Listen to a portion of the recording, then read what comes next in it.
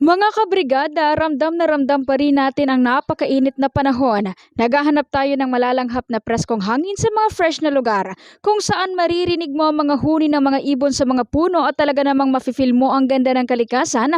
Nandyan ang Ila Nature Park na matatagpuan sa Sitio Sabloyan, Barangay Amtik ng Ligao City. Perfect para sa mga gustong ma-experience ang ganda ng kalikasan at magpahinga kasama ang pamilya, kaibigan, kasintahan o kahit mag-isa lang.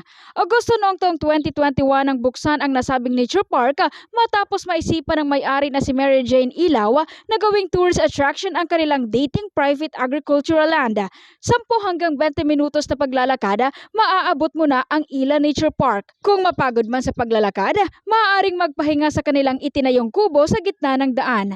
Bubungad sa mga turista ang napakaganda at perpektong hugis ng Bulkang Mayon, ang napakagandang Mount Masaraga at ang mga natural na tarawin na nakapaligid dito ang Mayon Unit ng Ligao City at iba pang parte ng Tabaco City.